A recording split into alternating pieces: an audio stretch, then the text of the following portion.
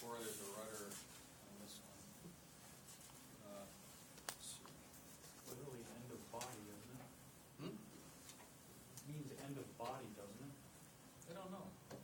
Maybe that's the English term for empennage, or I don't know what the conversion from empennage is into English.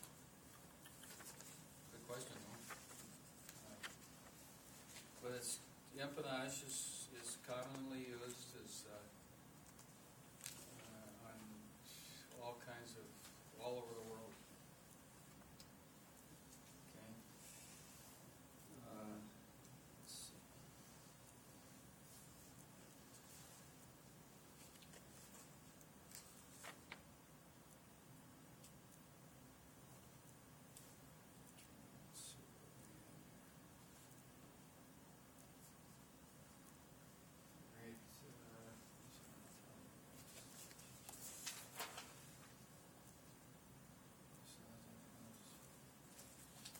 Well, wings, we've talked about wings and we've seen diagrams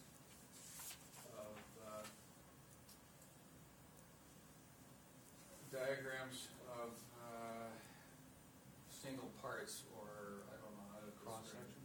Huh? The cross section of the wing? Cross section, but on most airplanes these days you have a little wingtip that's kind of bent down on both wingtips, and then some of them have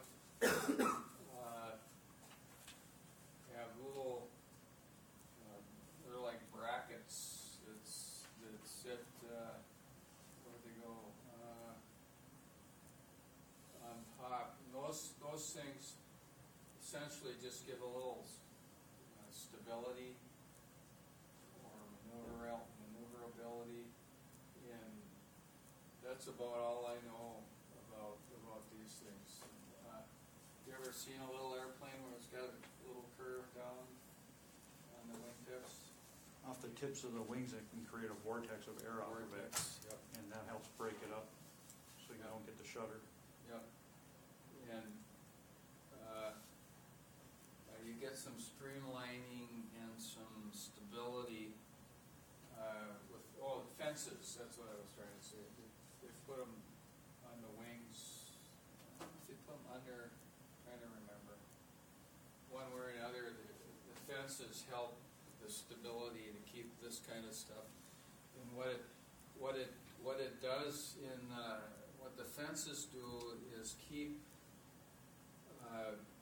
from stalling. It helps the stall from stalling, if you want to put it that way. It's just one of the things that if you get it in a problem sometime, the fences will keep the laminar airflow, they used to call it, across the wings, so you won't stall as early as you would. Okay?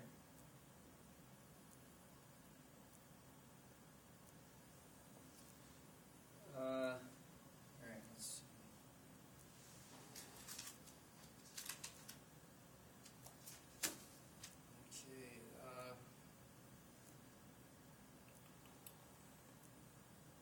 Okay. The Cirrus aircraft guys call the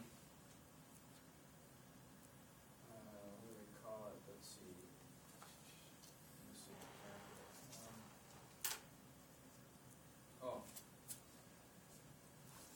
These are elevators, and they call it the horizontal. And this is horizontal. And that's the first time I ever heard people calling that part of the aircraft, the horizontal. It's usually called, and I'm old, I've told you guys, it's usually called the horizontal stabilizer. F4s aren't exactly horizontal. And a lot of the airlines these days have a little would be anhedral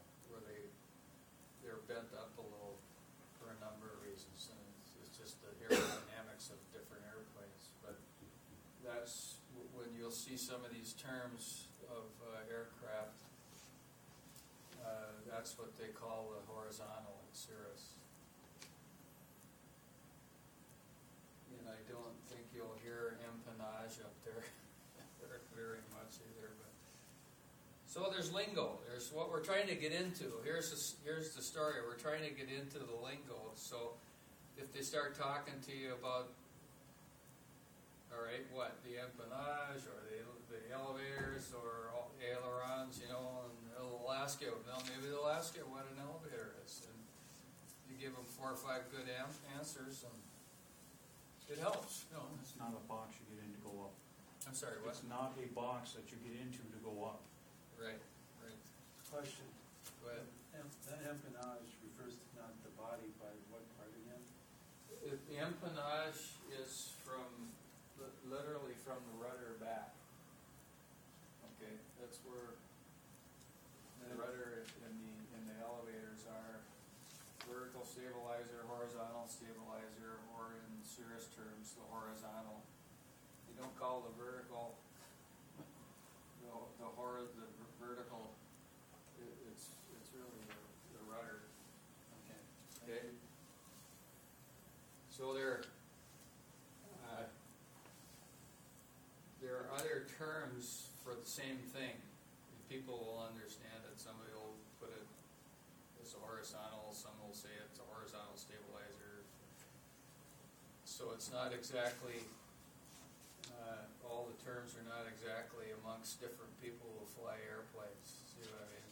Some will call it this, some will call it that.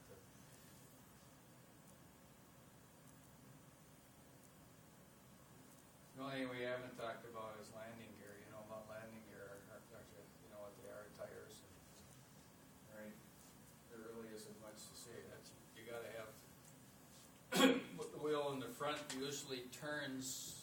Well, it will turn if you get on when you get on the ground. It helps you take off. But when you push the rudder pedals, you can make the tire in the front go left or right or whatever, so you can stay on the runway and go down the middle of the runway. Go ahead. When you're pushing the rudder pedals in flight, does it move the landing gear too?